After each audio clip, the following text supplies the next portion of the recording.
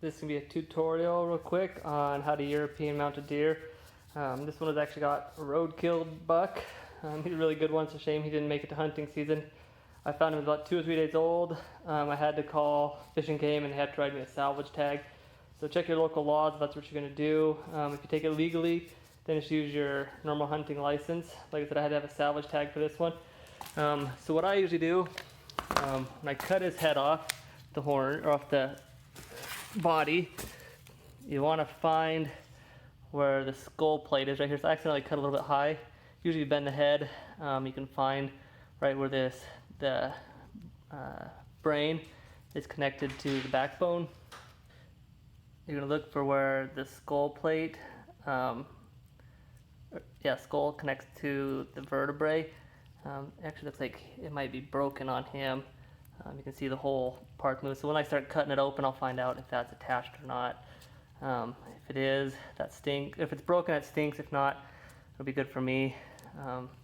So what I do, I take and I start right here, and I'll cut down the front all the way through the top of the head. So I'll cut like this. I'll come all the way straight down to his nose, and then then you're going to want to cut around the base of his horn, trying to get as much of this hair as you can. I've never done it with the velvet, so I'm hoping I don't ruin it too much. While doing it, you can see he's already missing a couple pieces from where he got hit and hit the ground. Under here, it's scraping away. So like I said, I'm going to cut through here, and then I'll show you the next part when I get to the jaw. Alright, so now I'm to the jaw part. You can see I've got most of it off. I'll trim this hair up a little bit in a second, but I got all the hair off the face. So what you want to do next, you see right here, you can see when you move his jaw, where that jawbone goes. And so what you're going to want to do is you want to cut up and into here. And usually when I cut on that, do that on both sides. You can see I cut into there. Then I'll take and I'll just pull his jaw down kind of until it breaks off. You can see it's pretty wiggly. I'll break it off, and then I'll take my knife and I'll cut away any ligaments or muscle that are still holding it in place. So I got the bottom jaw off. I guess I had to break it off and then just kind of trim underneath it.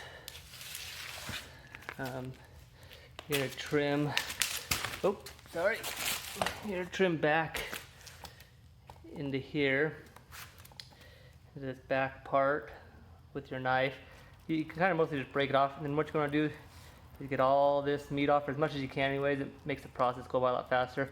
I'm gonna do that tomorrow as it's getting late, and then I'll kind of show you what's the process after that. Alright, so I've got most of it off. You can see there's still a little bit on the back of the skull. I'm going to try and find a pressure washer to get the rest of it off. So what I'm going to do, I've already got my water going. Take it, set it inside here. So I pour some dish detergent into the water to help with the grease and the fat from the deer skull. And then I got a little bit more water inside that's boiling. It heats it up a little bit quicker. And I'm going to fill it up to right at the base there.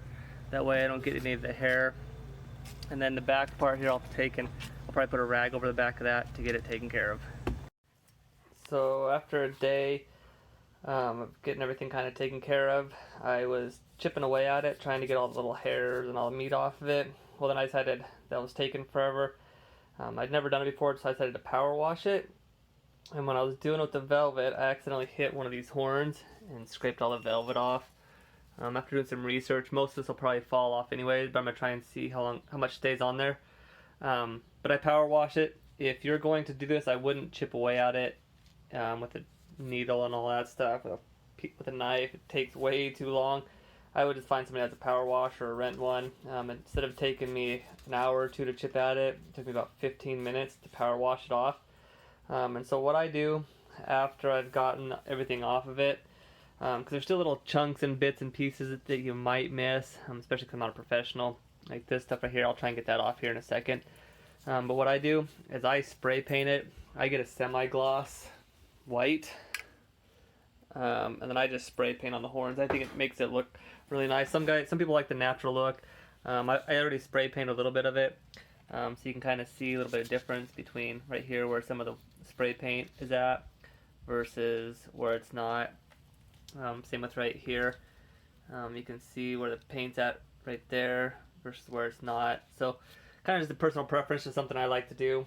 I think it looks really nice like that. All my other ones are done like that. And like I said, I'm not a professional, so any blemishes or maybe something I miss kind of gets covered up by that. Might be kind of gross, but that's what I do. So that's what the final product is going to look like. I'll probably spray paint it once. I usually put 2 or 3 coats on it just to shine it up. And that way you can see right here where it's running. That way if I spray paint it a couple of times, it gets rid of those run marks. That's only the first piece. I'd done the back already. And so that just kind of dribbled over the top here and down. So that's what I'm going to do.